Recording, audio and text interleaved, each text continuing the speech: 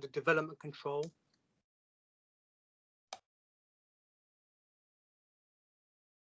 Welcome to this virtual meeting. This is a formal committee council of the committee. The public proceedings will take place live on the internet. The meeting will be recorded. It will assist the conduct of business if participants speak only when invited. I shall adjourn the meeting if necessary, if protocol is not observed. Members of the public are welcome to view the proceedings, but should not make contributions during the decision-making process. All members of the committee have received the reports in advance and had the opportunity to read them. The reports are published on the internet. Additional documents known as the pre-committee notes are available on the council's internet site and have been emailed to the members and public speakers. These should be read in conjunction with the main agenda documents. They are fully taken into account before decisions are made. Applications will be dealt with in the order they appear on the agenda. I will invite applicants and agents and public speakers who have registered to speak at the appropriate times. All speakers must ensure they do not overrun their 3-minute time limit.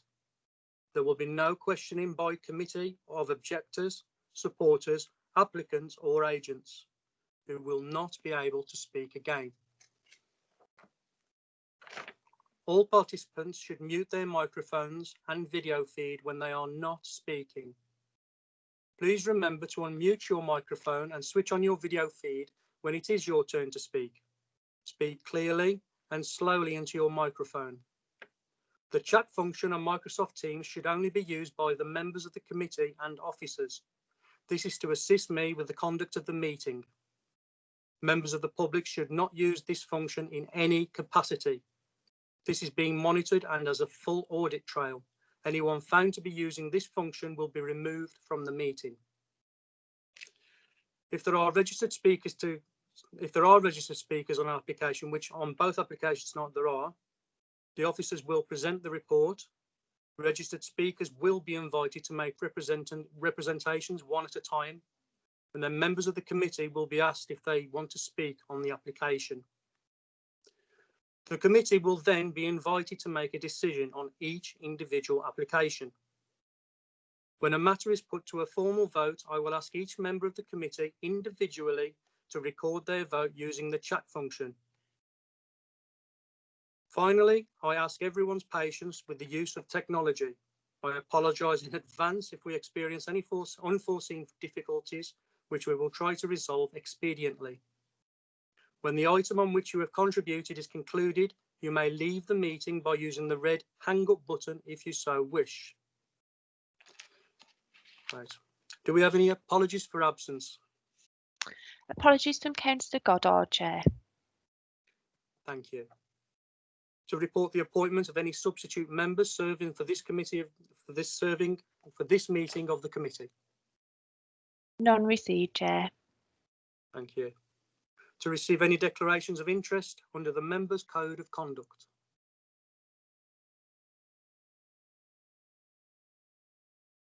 Thank you. To confirm and sign the minutes of the meeting held on the 9th of December 2020 as a correct record. Yes, Chair. Thank you.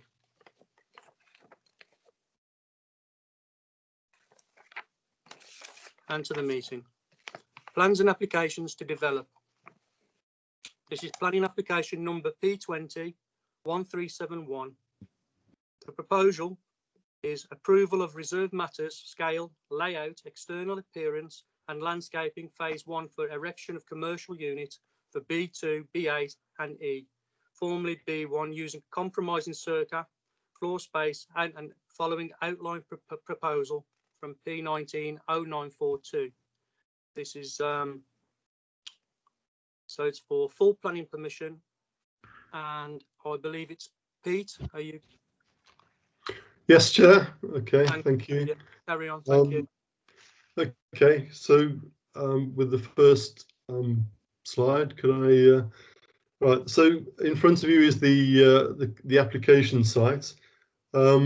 This application seeks approval of reserve matters for the siting, appearance, scale, and landscaping of the essentially the first phase of the development of the site, which has had outline approval for the erection of industrial buildings.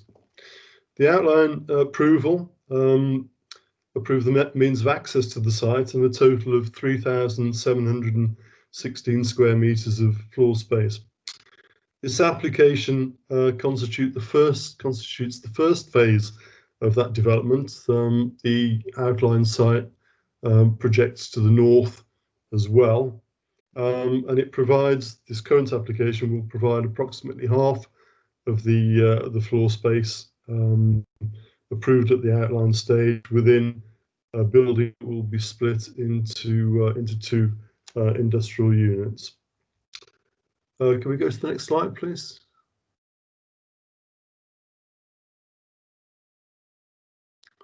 Okay, the plan in front of you indicates the currently proposed developments. The approved means of access to the site that was approved at the outline stage has been constructed in accordance with the approved plan. So that's actually existing from Dreadnought Road and feeds into the site, which is allocated in the development plan for employment use, and it's also designated within the DY5 enterprise zone planning scheme for enhanced commercial industrial development. So, following concerns raised about the initial siting of the building, revised plans were negotiated with the applicants and have been submitted to provide a bigger setback from Dreadnought Road of the development. Essentially, the building's been moved back 4.2 meters further back from Dreadnought Road. It now sits between a minimum 9.7 meters at the narrowest point and 15 meters away from Dreadnought Road at the widest point, in order to provide an enhanced buffer to the residential properties and street scene adjoining the site. The building's also been moved further away from woodlands, the dwelling that's can be seen to the right of the application site. And in addition, the height of the building has been reduced slightly in order to mitigate any impacts upon the street scene or adjacent properties. The maximum height of the building now is 10 meters. In addition to the revised siting, we've had an additional revised plan shown on the next slide, which indicates the juxtaposition of the industrial units relative to the street scene and adjacent properties. I mean, essentially, the top slide indicates existing conifer planting along the boundary of the site with Dreadnought Road, and it also shows the siting of the dwelling at the woodlands at a higher level.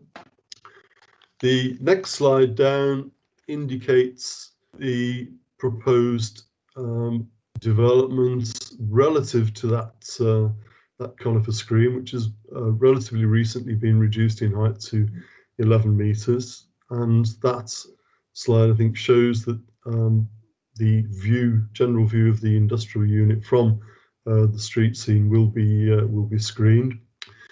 It also indicates how far or how high the development will be relative to the dwelling, the woodlands, which is set at a higher level.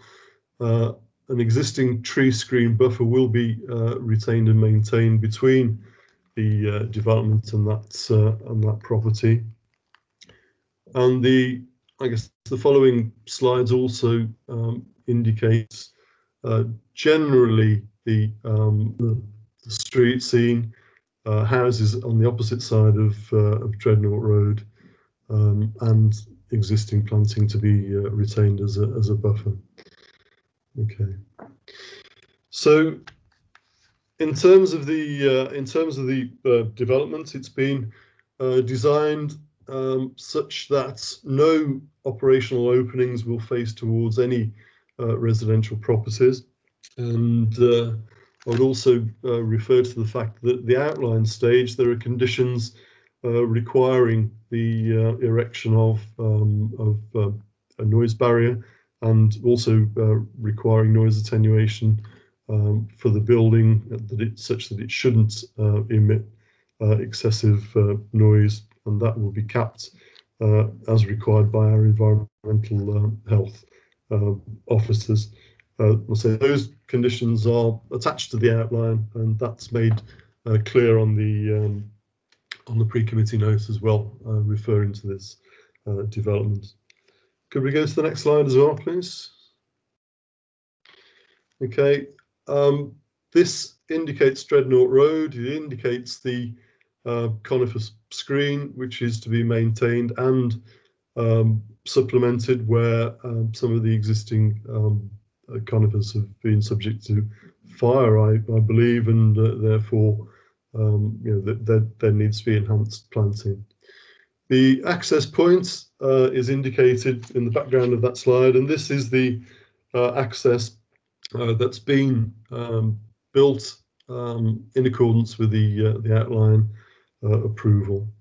It'll be noted that a number of objections do relate to the potential access and movements, traffic movements, but that has all been, I say, resolved and approved at the outline stage, and that is not for consideration by members tonight.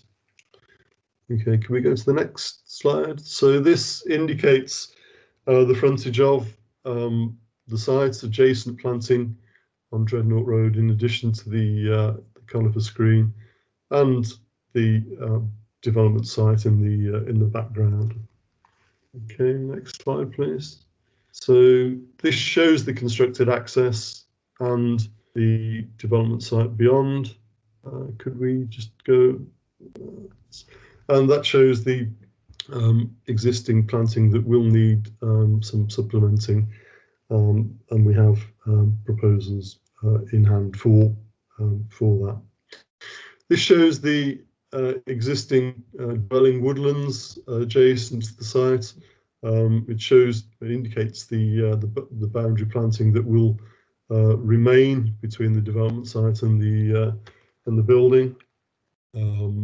And also there will be a barrier proposed to give additional protection from any noise that may be arising from the site. And this is the wider site in the background, beyond the foreground. That will be the subject of a further phase of development for additional development in accordance with the outline plan. In terms of the developments, we have an approved access. We have car parking provided in accordance with our requirements. There would be a notional requirement for 30 spaces arising from the development. What we have got is 27 car parking spaces directly adjacent to the proposed units, and an additional 11 spaces provided for on revised plans opposite to the units to the left of the site access to the development. In terms of the design of the units, grey is the order of the contemporary design. Goosewing grey upper levels to blend generally with the skyline and the sky colour that we often have in this country. So overall, the Reserve Matters application is considered to be appropriate in terms of scale, siting and there's no impacts upon, not considered to be any impacts adversely on outlook, and there'll certainly be no impacts upon privacy as the frontage of the development looks out towards the Ketley Brick development, which is at a lower level as well. Thank you, Chair. Thank you, Pete. Right. Just to inform the committee, we have 3 speakers on this application. Can I call on the first speaker, please? Councillor Judy Foster. Thank you very much, Chair. And can someone give me notice of 30 when I've got 30 seconds left, please? Thank you again for the opportunity. And obviously this application is back to consider the changes that the applicant has made. I have to say that residents don't feel that the changes made are in any way significant to improve the application from their perspective. And in fact, one objector who actually lives at the bungalow Woodlands compared the reduction of a ½ metre to a structure that is 11 metres high as like removing a glass of water from the ocean, and I couldn't agree more. And you can also see how close the development is to his property. Urban Design has also said that the scale of the building is too large and also has concerns about arrangements for screening. And we're already aware that Hilton and Perry had actually agreed to remove the dead conifers and replace them with new, and never have. So that has actually caused a bit of a reduction in confidence from residents who have long had to tolerate this issue, and the visual impacts of the conifers and the screening that is currently in place. More seriously, though, there still are road safety issues, and I don't agree with the officer's opinion that that is not a matter for consideration. We've heard that there are 30 spaces being allocated to support the new structure. That means an increase in traffic coming onto the road, turning into the new structure, and in a street where you've got traffic then on a regular basis slowing down to go into both to turn into both industrial entrances, whilst also being used as a rat run by careless drivers, can only add to the concerns about safety in that street. And residents have already had to tolerate incidents of accidents, at least one fatality, and actual damage to residents' property when accidents have occurred. I think that the next speaker that you will hear is somebody that you really should be listening to, because this is a resident who has lived and breathed the challenges that residents have had living in this street opposite this development. You'll hear from him. You'll hear from him why there are so few objectors this time round, and you'll hear why people have become disenfranchised and have lost confidence in the process, in the planning process. You'll also hear from him the detrimental impact that there continues to be on residents because of this development and because of this application, compounded even more so by the circumstances of the lockdown and the fact that many more of them are having to remain in their homes and tolerate the reduction in environmental quality. Finally, just to say, residents aren't anti-business, but this really is not balancing the needs of residents with the needs of business, and I would recommend on behalf of residents that Development Control turn this application down this evening. Thank you. Thank you, Councillor Foster. Can I call on our second speaker, please, Mr. Taylor? Thank you. Irrespective of COVID, life along Dreadnought Road has taken a significant turn for the worse over the last 2 years, and houses have gone up for sale as a result. Factory extension work resulted in noise, dust and dirt. The Environmental Health Department had to intervene on several occasions to support residents because of the problems they were having. What was once a pleasant wooded area has now been destroyed. The skyline is now dominated with monstrous units which are significantly higher than anyone imagined, and we are now faced with the construction of more. Those whose houses border this proposed development are faced with having the enjoyment of their gardens destroyed. Headlights from vehicles will illuminate their lounges in the winter, and of course we have the ever-present worry that vehicles entering and leaving the site at a dangerous point in the road will result in an accident. Only last week, a car skidded on ice and went into the entrance, and we have this on CCTV. Peter Chan from Urban Development has clearly stated that the area of land is insufficient for a development of this size, and I feel the application should be refused on that basis alone. Promises of screening and noise reduction are not trusted. One only has to look at the photographs just shown to see that there are dead trees which have not been removed. When this matter came before the committee on the 13th of August 2019, there were over 100 objections. This time there are less than 20. Previous objectors have said they feel they are wasting their time by objecting. Yes, they are very, very concerned with the significant changes which have affected Dreadnought Road over the last 2 years and don't want this development, but they feel no one is listening to those concerns and any objection they make is futile. Many of them attended the meeting on the 13th and felt it to be unfair and embarrassing on many levels. Politically motivated rather than taking account of residents concerned. Many have also said that a visit by Mayor Andy Street to the applicant's property in October and the subsequent testimonial on the company website could only mean that by virtue of his support, the outcome of this application is a foregone conclusion.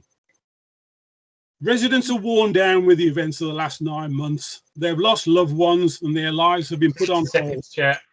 They are not alone in this, but if this application is passed, they're faced with more misery from the disruption construction of these units will bring. We know that life isn't fair, but you can at least help bring some fairness by refusing this application. The residents feel this development is way too large for the area, and we feel there are sufficient planning reasons for the application to be refused. Thank you. Thank you, Mr. Taylor.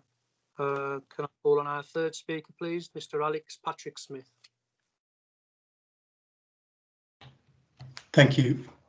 I'd like to first wish you all a happy new year, and I do hope it will be a better year from a health and economic point of view for all of us, as this pandemic is exacting a heavy toll from which we need to rebuild a brighter future.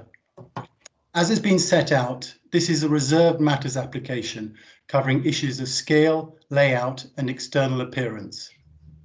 I appreciate again that there have been a number of objections from local residents, but most of these objections are for issues not relevant to this application, such as road safety, that were dealt with in the previous outline application.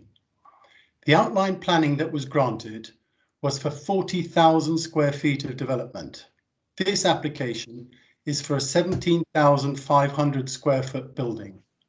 We've reduced the size and scale of the development that is to be built at the front of the site to minimize its impact on local residents, a fact that has not been acknowledged by any objectors. Since this initial submission, we've also reduced the scale of the building and moved it back from the road to also further accommodate concerns. Following the granting of the outline application, at the request of the residents, we held meetings attended by Councillor Foster and Mr. Taylor, where we were asked to reduce the height of the conifers and to look at vehicles delivering clay to HB&D turning right rather than left out of the gate.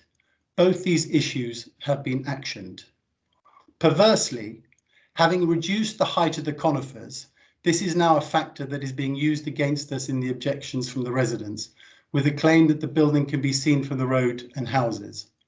However, even with the tree work that we have done, the cross sections show that the proposed development will not be seen due to the current height of the trees. There are new trees planted behind the dead ones. We have not removed the dead trees as they still provide a form of screen. I have mentioned this before, but it is worth reiterating. HB&D have been operating in this area since 1805, and we've done much to shape the area over our 215-year history. We seek to be good neighbours and listen to concerns brought to us. The pandemic has created untold damage to our economy. Despite 30 seconds. We are looking to continue to invest in the area designated as an enterprise zone in ways that will create jobs and tax revenue for the borough. The need for this has never been greater. Thank you. Thank you, Mr. Smith. Right. I'd like to ask our officer, Pete Reid, if there's anything he'd like to come back on. Through you, Chair, I think the only matters I would raise are that urban design comments, they are one part of the consultation, and indeed those comments did give rise in part to negotiations to have the building pushed back further from Dreadnought Road. We now consider that it's an appropriate siting, and given the revised plans, that it has an appropriate outlook and presence on Dreadnought Road, such that amenity will not be adversely affected.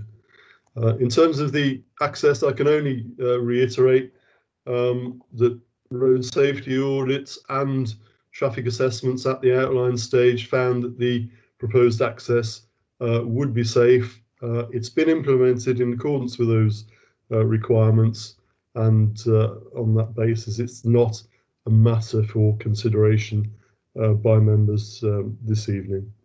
I'd otherwise make the point that there are other industrial operators in the vicinity of the site, Penzance Estate, and they've actually developed larger buildings along Dreadnought Road in the recent past. Thank you, Chair. Right, thank you, Pete. Right, I'd like to open it up to committee. Are there any committee members who would like to speak, comment on this application? Is that Councillor Cowell? Thank you, Chair. One question I'd like to ask. It has been suggested that there be maintenance of the trees, but I must admit I did check yesterday both the current conditions and the ones for the outline. I can't actually see a maintenance schedule for the trees or the green areas. I wondered if that's something that we need to add tonight, if the proposal were to go ahead. Thanks, Chair. No problem. Pete? Through you, Chair, the landscape proposals, they will be implemented. There's normally a 5-year requirement for maintenance of those elements, such that they're established appropriately to assist with the I suppose assimilation of the development. I'm certainly not aware that there is an issue in terms of maintenance.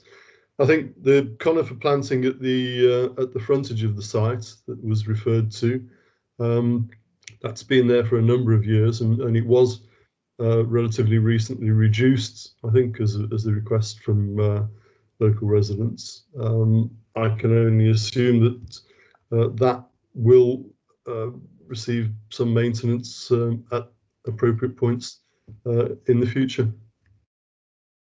Okay. Yeah, I understand it from one of the Mr. Smith did say they've planted some behind. Okay. Are there any more questions or comments on this application, please?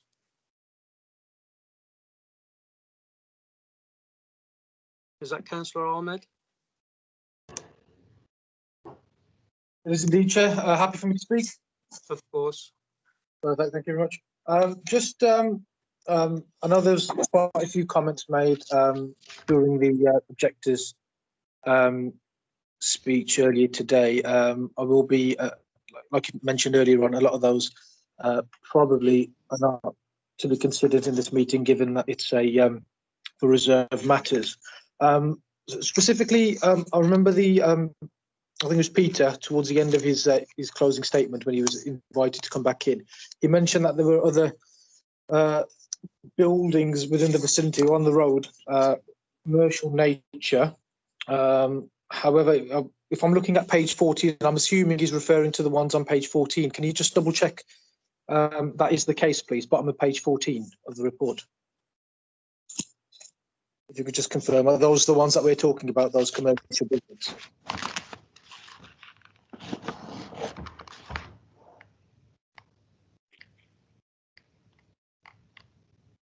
Sorry, just trying to take my mic off. The buildings I was referring to are actually at the back of the Pensnet trading estate.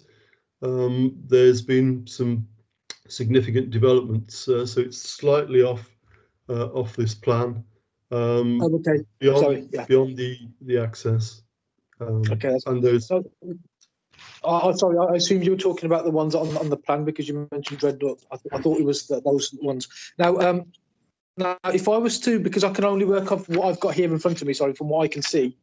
Now, I would say there's a significant difference between what's already there off Dreadnought Road in terms of the commercial buildings and what we've got here in front of us. Whilst the buildings already there, the ones that I can see on the plan, are of a much larger scale than what we have proposed here before us today. They are well away from the road itself and the property. So whilst they're much larger, they're certainly located somewhere where the impact on locals would be very minimal. So even though I would, me personally, just looking at the bottom of that page, and I can see there's a lot of buildings, or 3 or 4 big buildings there. And I personally would say that's an overdevelopment in my opinion. However, given the situation, the circumstances that it's so well away from the residential area, then there can be some discretion exercised. Now, in the plan that we're looking at here today, whilst I fully appreciate and I welcome the fact that the applicant has taken into consideration some of the comments made by objectors in the past about the size and scale, and they've even moved the building slightly further away from the road, I don't think that that's enough given the size of the building itself. So in terms of scale, I still do not think that this meets, for me, that requirement. I think it's still too big when you consider that against the close proximity to the properties. So I'm very uncomfortable with a building of that nature so close and that size so close to residential properties. I know there's some screening there, but I think still with the screening, whether you had big trees, small trees, I know there were some issues about the size of the trees. I think still that's way too large given how close it is to the actual properties. If that was a bit more central, if it was pushed further, so you're still looking at the plan on page 40, if that was still pushed further to the left, maybe where it's more centralised, then I may not have had as much of an issue. However, I still do think it may be too large given how close it still is to the properties in the nearby area, and that's the only real concern that I've got here, Chair.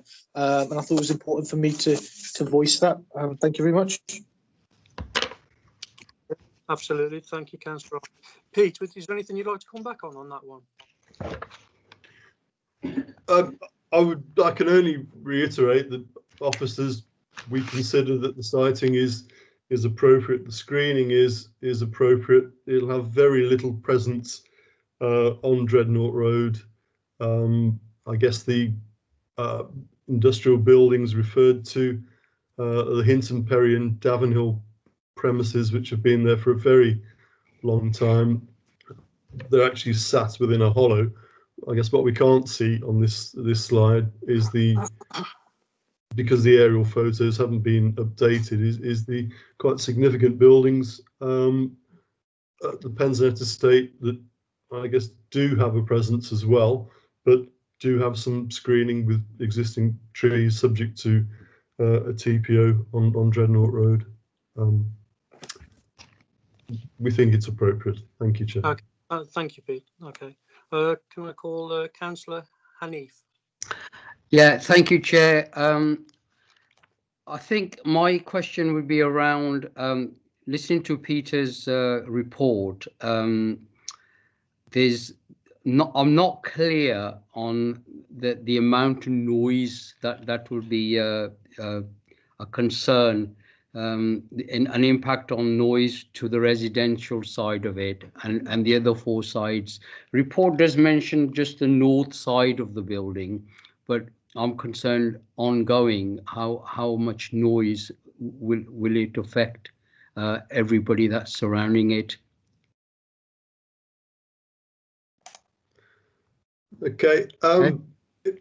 If I could, Chair, again, maybe we could go down to the site plan again.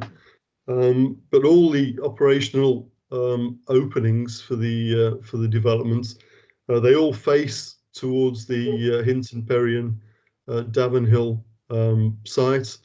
The only other openings that face towards any of the residential properties, they are like fire escape doors, so non-operational. The design and siting of the building should provide a barrier to the to noise, internal noise, to any of the surrounding dwellings, and I referred to the fact that there is a condition on the outline approval that relates to noise protection as well. Thank you. Thank you, Chair. Okay. Okay. Is that it, Councillor Neef, or? No, pretty much clear on what Peter said. No, Okay. that's fine, Chair. Thank you. That's okay. Thank you, Councillor Taylor. Thank you, Chair. Chair, moving on from what Councillor Hamid said, looking at this plot, why were these units not pushed to the rear of this plot? Then that would have left several more meters between the road and the houses to alleviate any sort of noise or any sort of, instead of being side on, why weren't they square on at the back? You know, and that would have left all the frontage then, which would have been well and truly screened from the houses. You know, it just seems that, you know, this plan has been drawn up like this, and it's not, they really haven't thought about the neighbours that live right opposite. They're just a very, very short way from the trees, where they could, if they'd have just planned it differently and it was squarely at the back, then, you know, some of these issues may have been covered. I'm not comfortable with it in its present form. Thank you. Okay, thank you, Councillor Taylor. Yeah, interesting point. Are there any more speakers or any comments?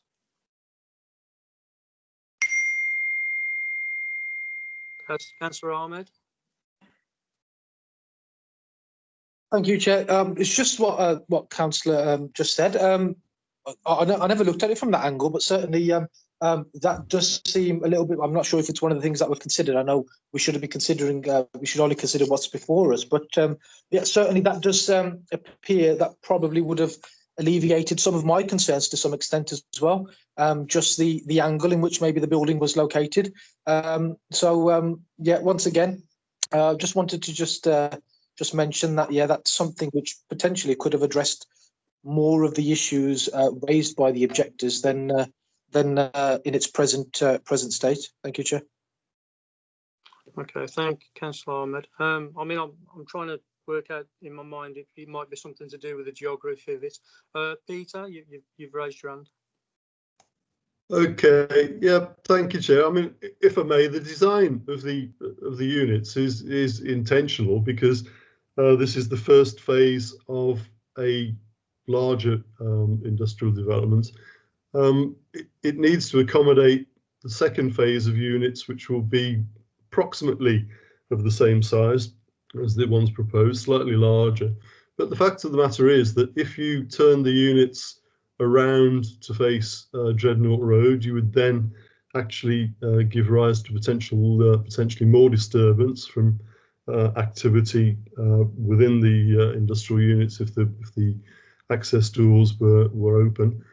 You've also got to, I guess, provide an appropriate level of parking and servicing, and that's why the units are in the form that they are, and I can only reiterate it needs to be of that form in order to appropriately service and provide parking for the units.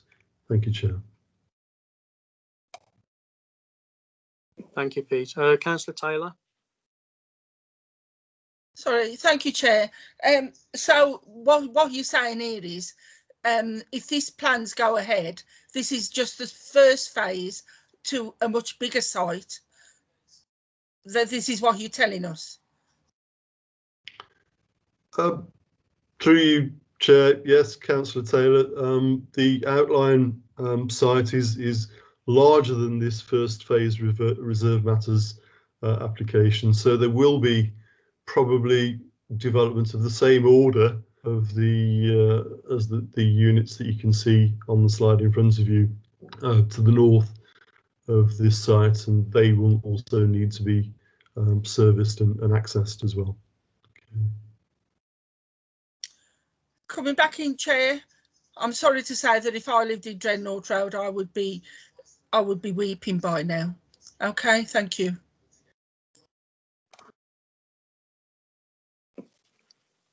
Right. Am I understanding that obviously the overall development in the future, this is the only means of access, is it, Pete?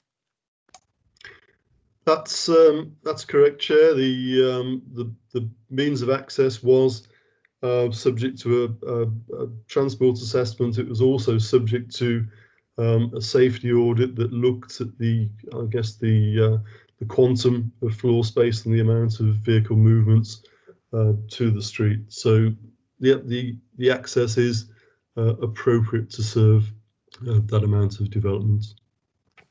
Thank you. Okay, thank you. Are there any more questions or comments from committee?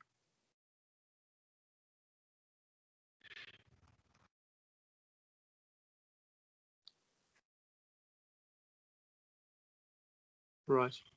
Okay, we'll go to the vote.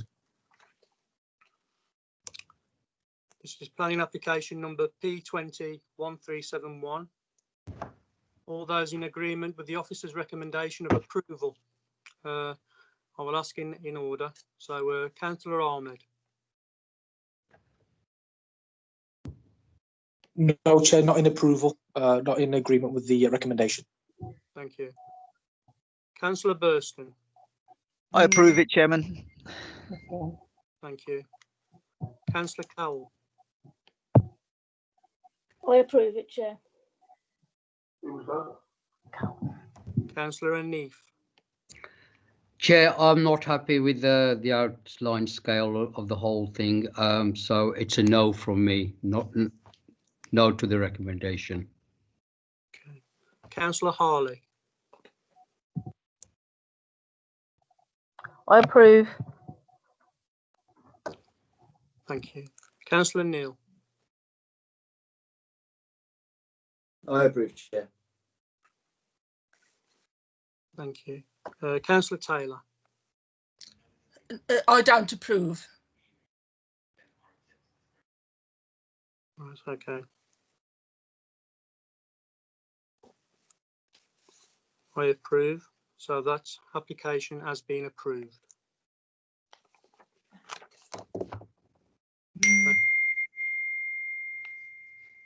Right, moving on.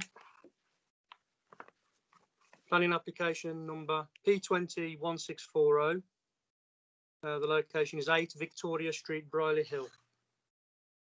This is a 2-storey and single-storey rear extensions following demolition of existing WC and shower.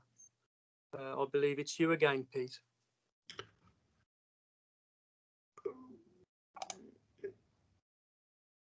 Indeed, Chair. What I would just refer to before we look at the slides, I would refer to the pre-committee notes. The clarification is given in those notes that the description of the developments has been revised to read that it should be a 2-storey and single-storey rear extensions following demolition of existing WC and shower. Whilst the application was submitted with an additional reference to change of use to a house in multiple occupation, the fact of the matter is that the change of use to a house in multiple occupation is permitted development, and as such that wouldn't form any consideration of the current application, which must be just based upon the form, design, and impact of the extensions. We also, as a result of the amended plans that were submitted, there was an additional 10-day consultation carried out. Amended plans were submitted to show 2 off-street car parking spaces to the side of the dwelling, and as a result of the additional notification on that basis, we have received additional objections as laid out in the pre-committee notes. Okay. Thank you. Thank you. So, what we have, this is the application property. It's a detached, probably Edwardian dwelling within a street of predominantly terraced houses on the same side as the development. If you could go to the next slide, please. So the application property, as you can see in the aerial view, shows the detached house with a wing, a rear projecting wing at the rear, at 2-story level, and some single-story projections beyond that, part of which will be demolished. But you can see the adjacent properties, which could be considered to be either end of terrace or semi-detached, but they have no windows in their flank elevation, that is the elevation facing the application site, and the projection of the proposed extensions will have no impact in terms of the outlook from those properties, with consideration to our policies and guidance. Okay, can we go to the next slide, please? Okay, so the proposed extensions can be seen in the top left of the slide. In red, you can see the existing extent of the rear wing. The extreme rear element will be demolished, and essentially the rear wing will be squared off at the back. That will give rise to extensions which raise the 2-story element of the roof by 1 metre, and it'll give the accommodation an extension which matches in terms of design and materials that of the host property. Windows in the side, the very rear window at first floor is to a bathroom, so there's no prospect of overlooking of adjacent properties in terms of the development. The images at the bottom of the slide, the plans, show the extent of increased extensions on the flank wall. That's in the midsection, and it also shows the rear elevation of the proposed property when it will be extended and operational. 2 car parking spaces, off-street car parking spaces, are proposed to the side of the property. I guess on-street parking outside the property would also be available. You'll note that the majority of the houses otherwise in the street have no off-street parking and won't benefit from the ability to park off-street. Okay. Having commented that the future use as a housing multiple occupation isn't subject to consideration by members. There is a reference within the report to the fact that grant aid has become available to reuse this this property, which would otherwise have required a good deal of spend to bring it up to a standard that was capable of beneficial occupation. If we can look at the rest of the slides now, then. So this is the application property. It'll be converted to extensions at the rear. No impacts considered to arise upon the adjacent properties. You can see the blank flank wall of the adjacent property. Can you go to the next one, please? And the flank wall of the application property. The next, please. This shows where the two-storey extension will be located, and the fact that it will square off the block. It'll have no impact on the street scene. However, the design and materials of the proposed extensions are considered to be appropriate. Okay, next. This is the rear wing that will be extended out, partly demolished. The shower and WC at the right-hand side of the slide will be demolished. Okay, next.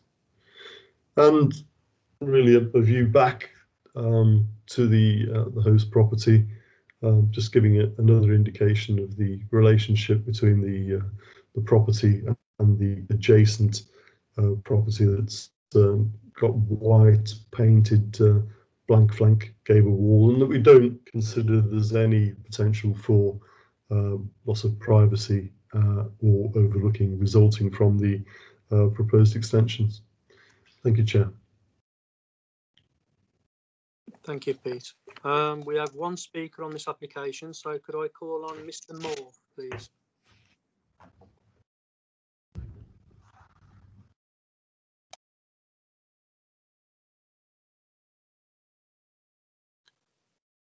Is Mr. Moore with us? I think, Chair, there's, Yes. I think, yes, he is, yeah. I am here. Thank you, Chair. Thank you. Hello, I'm Dave Moore, retired. I've lived in the street for about 40 years. We're a small street with a mixture of vulnerable elderly folk, some with serious medical issues, along with several young families. Some 21 properties are occupied, 4 vacant, including number 8. Of these, some 16 displaying no HMO posters, and having looked at the planning application website, I note lots of written objections from almost every household. Some are extensive and well-reasoned, and I'd like to reiterate some of these principal points raised by many. I find it strange that only number 6 and number 8 were notified directly, considering the likely effect on the whole street. This is not in line with the council policy of listening to and consulting with locals. High on this list is safeguarding the children living close by. There are 10 within a 15-metre radius, and parental concerns I feel are understandable, especially when children's safeguarding is such a high priority these days. Some of these parents are perhaps right to be concerned with the possibility that some of the residents, needy, vulnerable people, could have mental health issues. The street has been quietly residential for many years, and with an HMO, there's a much increased risk of antisocial behaviour and noise, not at all what's wanted. The issue of parking is important to us all, and I feel there are real risks if that passageway to the side of number 8 is used. It is a tight entry and exit, and especially for the large vehicles that may be bringing materials to and from.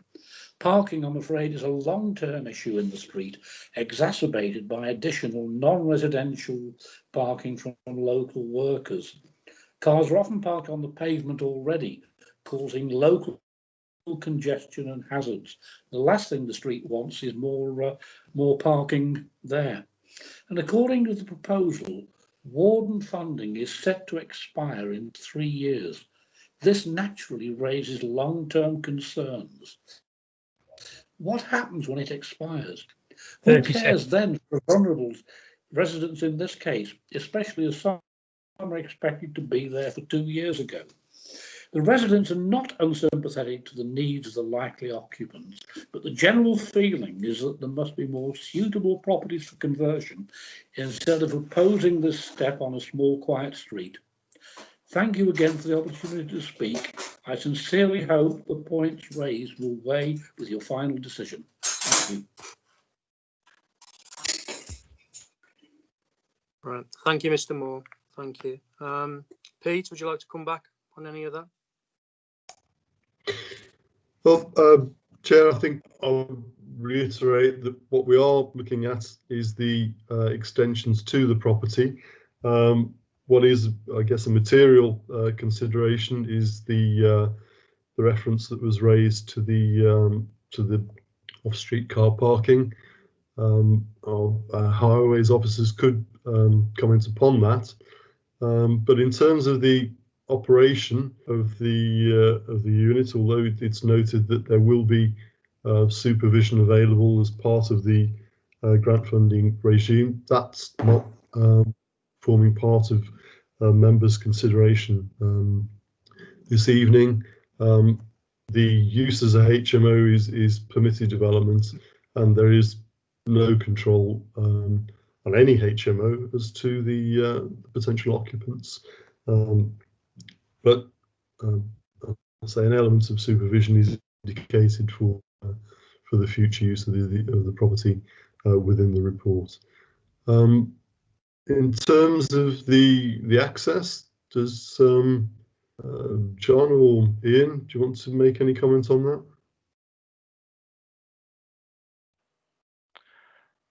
Good evening, Chair, through you. Yes, we have looked at this in some detail. Obviously, being a terrace or predominantly terrace street, there is a tendency to have far more cars than space to park. In this particular situation, the residents are considered highly unlikely to actually have cars themselves, and therefore the off-street parking is primarily for the warden and any visitors to the property. Obviously, it is a 5-bedroom unit. Ideally, we would normally have 3 parking spaces, but as you can see on the elevation, one of the properties or one of the rooms will be accessible, and therefore 3 off-street car parking places weren't considered essential. For that reason, 1 space on street in front of the property is considered acceptable use as per the adjacent properties, and therefore overall, on balance, we decided that the scale and scope of development were acceptable. Thank you, Chair. Thank you, John. Thank you, Pete. Right, I'd like to open it up to committee, please. Are there anybody that would like to comment or ask a question?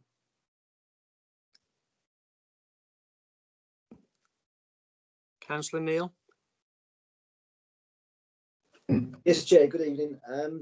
Just really reiterating what Peter stated, really. We're not voting on the HMO here. We're only voting on the plans, etc. of the property. That would be a totally different thing if we were voting on the HMO. It's purely the design of the property. So I can't see any problem with the design, to be honest. Yeah, I must admit, I totally agree with that. Yeah, if it was the HMO, we would be looking at this very much differently. But we can't stop the HMO as a planning committee. We are looking only at the 2-storey extension and the single-storey rear extensions. Councillor Ahmed. Thank you, Chair. Yeah, same from a planning point of view and the things that we can consider. There's no issues there with the actual extension. But just for information purposes, I think it might also be helpful because we've had a resident take out his time just to address us as well. Number one, is there usually in HMOs? I don't know what the policy is.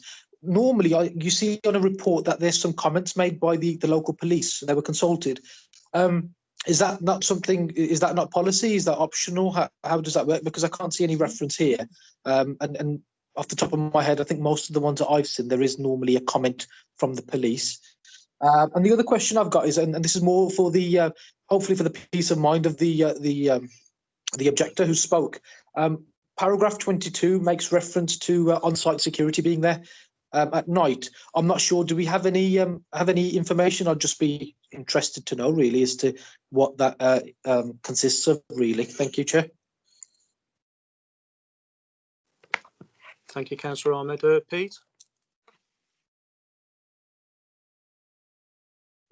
If I may, the ground floor front room of the properties is proposed to be used for, I suppose, on-site warden and supervision. That would be, it's noted to be available night and day as part of the funding agreement that has been reached. But again, that's as an aside. There will be CCTV installed as well. But as far as the police comments, we're not considering the HMO as part of this development. Purely the extensions. Normally, the police would and could comment when planning permission is required, and but it wouldn't be appropriate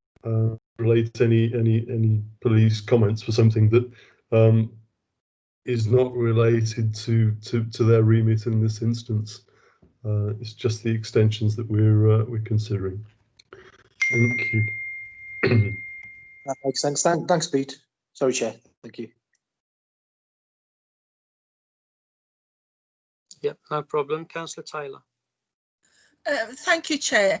Chair, can I just ask a question here?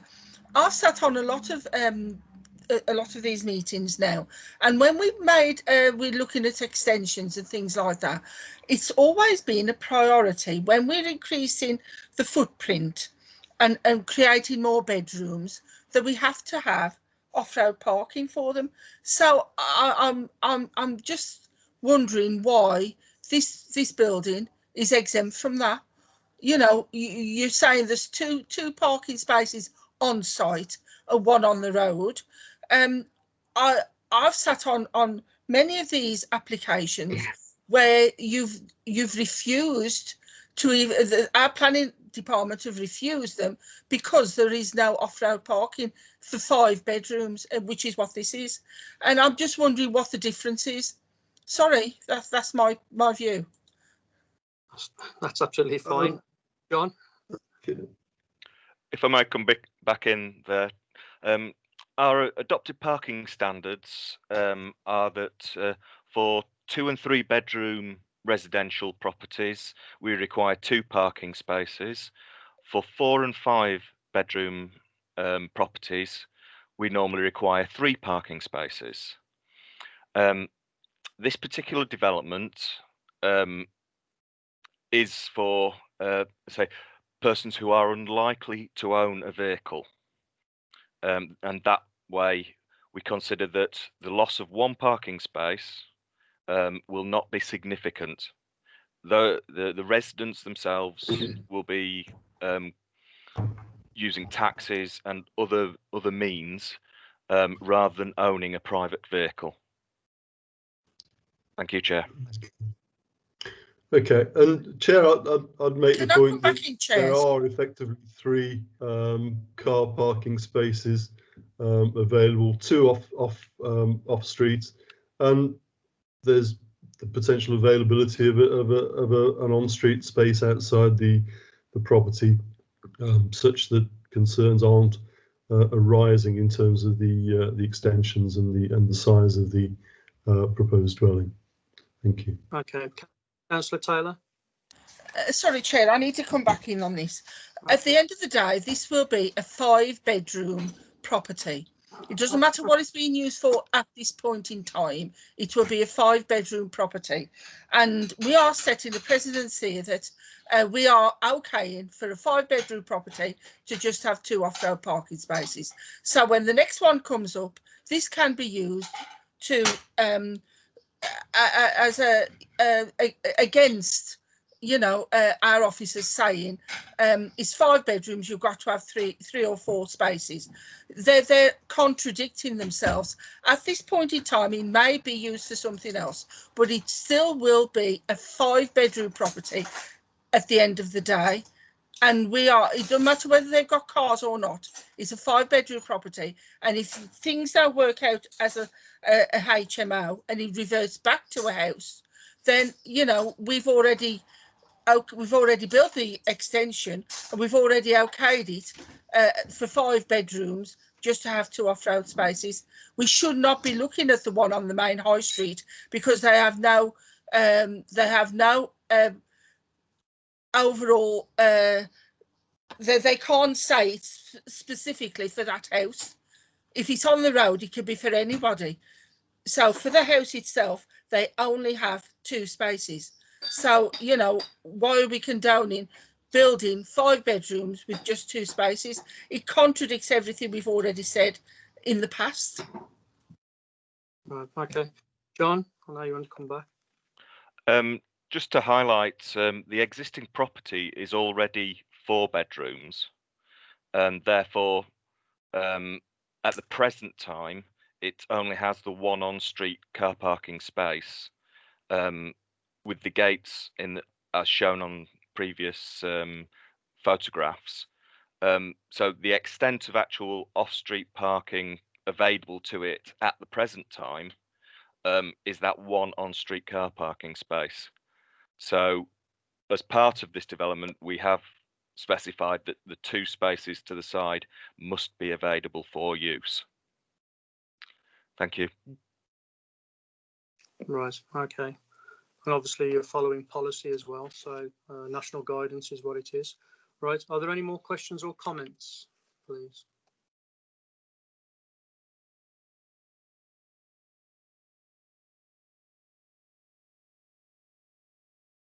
Right, okay.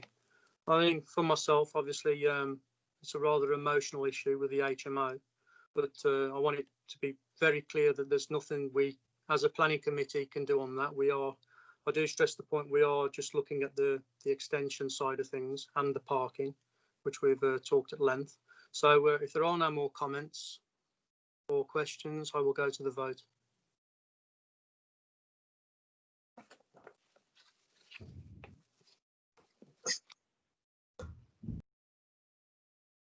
This is planning up. I'm going to the vote. This is planning application number P201640. All those in agreement with the officer's recommendation of approval? In order.